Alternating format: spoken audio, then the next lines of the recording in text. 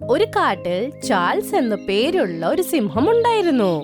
Charles സിംഹത്തിന് ഒരുപാട് പ്രായമായി. അവന് ഒരു മകനുണ്ടായിരുന്നു. അതിന്റെ പേര് എഡ്വേർഡ് സിംഹം. എഡ്വേർഡ് സിംഹം മടിയനും വിഡ്ഢിയും ഒന്നിനും കൊള്ളാത്തവനുമാണ്. ഒരു ദിവസം ചാൾസ് സിംഹം മോനോട് പറഞ്ഞു, ഇപ്പൊ എനിക്ക് വയസ്സായി. ഇപ്പൊ എന്റെ അവസാന നാളുകളായി. എനിക്കിപ്പോ നിന്നെക്കുറിച്ച് വല്ലാത്ത ആവലാതി തോന്നുന്നു. അങ്ങ് ഇങ്ങനെയൊക്കെ ചിന്തിക്കാൻ എന്തുണ്ടായി അച്ഛാ? അങ്ങയുടെ മരണത്തിന് ശേഷം ഞാനായിരിക്കും ഈ കാട്ടിലെ രാജാവ്. ആ, എനിക്കറിയാം. ആ കാര്യം തന്നെ ആലോചിച്ചാണ് എനിക്ക് വിഷമമുള്ളത്. നിനക്ക് ഇതുവരെ വേട്ടയാടാൻ പോലും അറിയില്ലല്ലോ. അച്ഛാ, ഞാനൊരു സിംഹമാണ്. ഞാൻ വേട്ടയാടുന്നതിന്റെ ആവശ്യകത എന്താണ്? കാട്ടിലെ നിരവധി മൃഗങ്ങൾ വേട്ടയാടുന്നു. അവർ വേട്ടയാടുന്നതിൽ നിന്നും അല്പം കഴിച്ച് എനിക്ക് ജീവിക്കാൻ കഴിയില്ലേ? എടാ മണ്ട, എനിക്കിപ്പോ നല്ല ഉറപ്പായി. നീ ഈ കാട്ടിലെ രാജാവായാൽ ഈ കാട് മൊത്തം നീ നശിപ്പിച്ചു കളയും. അങ്ങ് എന്തൊക്കെയാണ് ഈ പറയുന്നത് അച്ഛാ? ഞാൻ സത്യം മാത്രമാണ് പറയുന്നത്. എന്തെന്നു വെച്ചാൽ നീ സിംഹമാണെന്ന് പറയുന്നത് തന്നെ നാണക്കേടാണ്. നിന്നെപ്പോലെ ഉപയോഗശൂന്യനും അലസനുമായ ഒരു സിംഹത്തെ ഞാൻ കണ്ടിട്ടേയില്ല. എന്റെ കണ്ണിന്റെ മുമ്പിൽ നിന്നും ദൂരെ പോ. ഇല്ലെങ്കിൽ ഞാൻ ദേഷ്യം വന്നാൽ ചിലപ്പോ എന്തെങ്കിലും ചെയ്തു കളയും. കുറച്ചു കഴിഞ്ഞപ്പോൾ ചാൾസ് സിംഹം മരിച്ചുപോയി. അങ്ങനെ എഡ്വേർഡ് സിംഹം കാട്ടിലെ രാജാവായി മാറി. രാജാവായി കഴിഞ്ഞപ്പോ എഡ്വേർഡ് സിംഹം എല്ലാ മൃഗങ്ങളെയും കൂട്ടത്തോടെ വിളിപ്പിച്ചു. എല്ലാവരും ഞാൻ പറയുന്നത് ശ്രദ്ധയോടെ കേൾക്കണം. നിങ്ങൾക്കറിയാവുന്നതുപോലെ എനിക്ക് എപ്പോഴും ഉറങ്ങാനാണ് ഇഷ്ടം. ഞാൻ നിങ്ങളുടെ രാജാവാണ്. ഇന്നു മുതൽ നിങ്ങൾ വേട്ടയാടുന്ന ഏത് മൃഗത്തിന്റെയും പകുതി മാംസം എന്റെ ഗുഹയിലേക്ക് എത്തിക്കേണ്ടതാണ്. ഇത്രയും പറഞ്ഞ് സിംഹം ഗുഹയിലോട്ട് പോയി.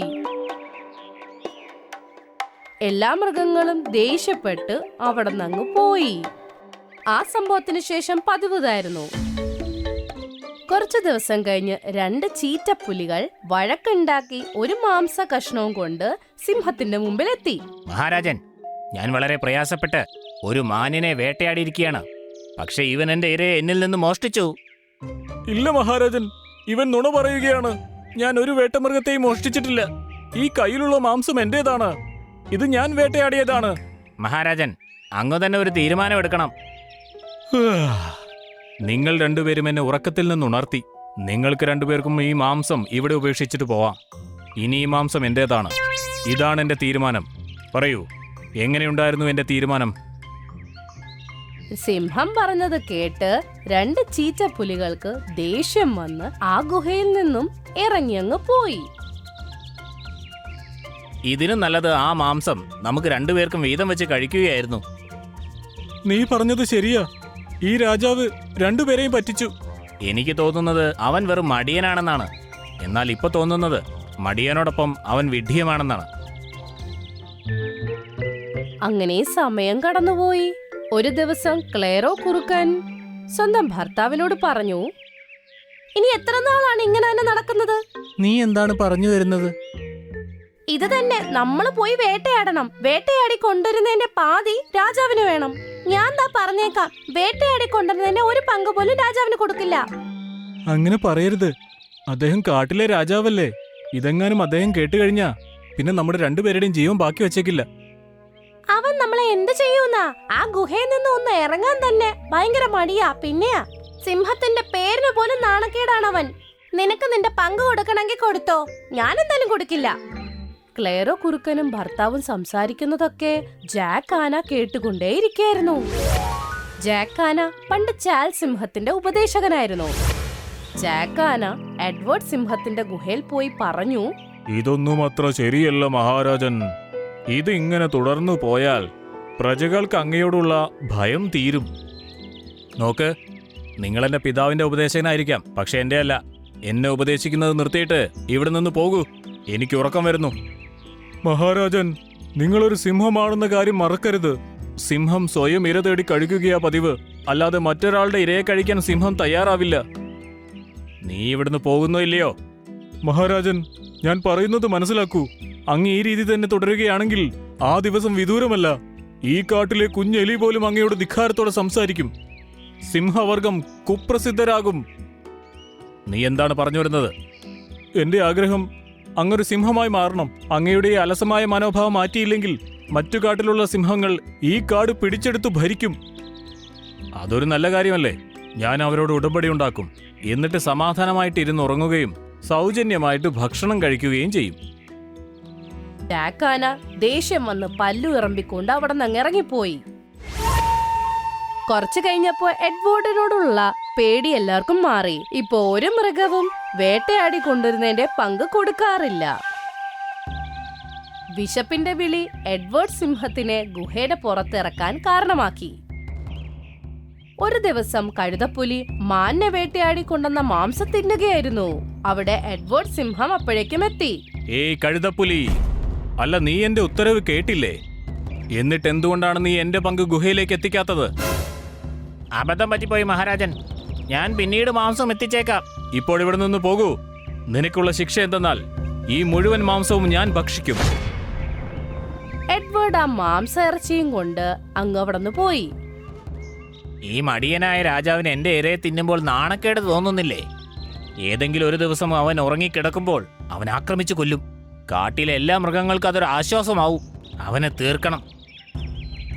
എഡ്വേർഡ് സിംഹം ആ മാനിറച്ചി കയ്യിലും വെച്ചുകൊണ്ട് നടന്നു പറഞ്ഞു,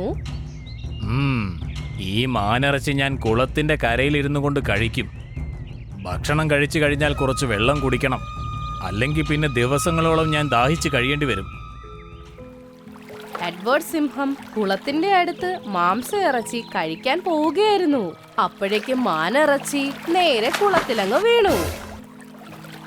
അയ്യോ അയ്യോ, ഇതെന്താ സംഭവിച്ചത്? ഈ മാംസം കുളത്തിന്റെ അടിയിലേക്ക് പോയല്ലോ. വളരെ കഷ്ടപ്പെട്ടാണ് ഈ മാംസം ഞാൻ ഒപ്പിച്ചത്. ഇങ്ങനെയാണെങ്കിൽ ഞാൻ വിശന്നു മരിക്കും. എഡ്വേർഡ് സിംഹം അത്രയും പറഞ്ഞതേ ഉണ്ടായിരുന്നുള്ളൂ. അപ്പോഴേക്കും കുളത്തിലെ വെള്ളം നല്ല രീതിയിൽ തിളയ്ക്കാൻ തുടങ്ങി. കണ്ടിരിക്കവേ അതിൽ നിന്നും തിളച്ച പുക വരാൻ തുടങ്ങി. ആ തിളച്ച പുകയിൽ നിന്നും ഒരു സുന്ദരിയായ സ്ത്രീ സിംഹത്തിന്റെ മുമ്പിൽ പ്രത്യക്ഷപ്പെട്ടു. നിനക്ക് എത്ര ധൈര്യമുണ്ട് എന്റെ കുളത്തിൽ മാനിറച്ചിയിടാൻ? നിങ്ങൾ ആരോടാ സംസാരിക്കുന്നതെന്ന് അറിയാമോ? ഞാൻ ഈ കാട്ടിലെ രാജാവ് എഡ്വേർഡ് സിംഹമാണ്. എന്നോട് ക്ഷമിക്കണേ കാട്ടിലെ രാജാവേ, ഞാൻ നിങ്ങളെ കണ്ടില്ലായിരുന്നു. ഞാൻ വിചാരിച്ച സാധാരണ ഏതെങ്കിലും മൃഗമായിരിക്കും. അല്ല, നിങ്ങൾ ആരാണ്? ഞാൻ ഈ മായാജാലമായ കുളം നോക്കുന്ന ആളാ. ഈ കുളവും നിങ്ങളുടെ കാട്ടിലെ തന്നെയാണ്.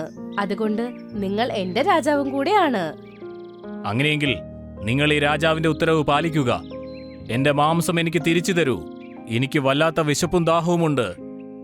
അതെന്തായാലും സാധ്യമല്ല രാജാവേ. മാംസകഷ്ണത്തിന് പകരമായി നിങ്ങൾ എന്ത് തന്നെ ചോദിച്ചാലും ഞാൻ അത് തയ്യാറാണ് തരാൻ. സുന്ദരിയായ സ്ത്രീ പറഞ്ഞത് കേട്ട് എഡ്വേർഡ് സിംഹത്തിന് ദേഷ്യം വന്നു പറഞ്ഞു, വിഡ്ഢി, നിങ്ങൾക്കറിയുമോ എത്ര കഷ്ടപ്പെട്ടിട്ടാണ് ഞാൻ ഈ മാംസം കഴുതപ്പുല്ലിൽ നിന്ന് തട്ടിയെടുത്തതെന്ന്? സന്ധ്യയാകാൻ പോകുന്നു. ഞാനത് കിട്ടിയില്ലെങ്കിൽ വിശന്നു മരിക്കും. എഡ്വേർഡ് പറഞ്ഞത് കേട്ട് ആ സുന്ദരിയായ സ്ത്രീ എഡ്വേർഡിനെ അത്ഭുതത്തോടെ നോക്കി നിന്നു. ഞാൻ നിന്നോട് എന്ത് ചോദിച്ചു കഴിഞ്ഞാലും അതെനിക്ക് തരുമെന്നാണോ പറയുന്നത്? അതിനെന്താ, ഞാൻ ഈ മായാജാലക്കുളത്തിലെ റാണിയാണ്. എങ്കിൽ കേട്ടോളൂ, എനിക്ക് എപ്പോഴും ഒരു ആഗ്രഹമുണ്ടായിരുന്നു. അതായത് എനിക്കൊരു ജ്യേഷ്ഠ സഹോദരൻ ഉണ്ടായിരുന്നെങ്കിൽ ഈ കാടിനെ പരിപാലിക്കുമായിരുന്നു. അങ്ങനെ എനിക്ക് രാജാവിനെ പോലെ സുഖമായി കിടന്നുറങ്ങാൻ പറ്റും. മാത്രമല്ല വേട്ടയാടാതെ മാംസം കഴിക്കുവാനും പറ്റും. കാട്ടിൽ ഒരു രാജാവേ ഉണ്ടാകുള്ളൂ. ഇനി ജ്യേഷ്ഠ സഹോദരൻ വന്നാൽ നിങ്ങളെ എന്തായാലും ജീവനോടെ വെക്കില്ല. പക്ഷെ നിങ്ങളുടെ ഇഷ്ടം അതാണെങ്കിൽ ആഗ്രഹിച്ചത് നടത്തി തരേണ്ടത് എന്റെ കർത്തവ്യമാണ്. മായാജാല സ്ത്രീ അത്രയും പറഞ്ഞതേ ഉള്ളൂ. അപ്പോഴേക്കും കുളത്തിൽ നിന്നും എഡ്വേർഡിനെ പോലെ തന്നെ ഇരിക്കുന്ന ഒരു സിംഹം ചാടി പുറത്തോട്ട് വന്നു. ആ മായാജാല സ്ത്രീ അവിടെ നിന്ന് അപ്രത്യക്ഷമായി. എഡ്വേർഡ് ആ സിംഹത്തിനെ നോക്കി പറഞ്ഞു, നീ എന്റെ ഇളയ സഹോദരനാണ്. ഞാനാണ് നിന്റെ രാജാവ്. ചെല്, എനിക്ക് വേണ്ടി നീ വേട്ടയാടണം. എന്നിട്ട് ഭക്ഷണം കൊണ്ടുവരൂ. എന്ത് ധൈര്യമുണ്ടായിട്ടാ നീ ഇങ്ങനെ പറയുന്നത്? ഈ കാട്ടിലെ രാജാവ് ഞാൻ മാത്രമാണ്. ഇത്രയും പറഞ്ഞുകൊണ്ട് എഡ്വേർഡ് സിംഹത്തിനെ ആ സിംഹം കൊന്നുകളഞ്ഞു. ആ ദിവസത്തിനു ശേഷം ആ സിംഹമായിരുന്നു കാട്ടിലെ രാജാവ്. മറ്റു മൃഗങ്ങൾക്ക് സമാധാനവും കിട്ടി.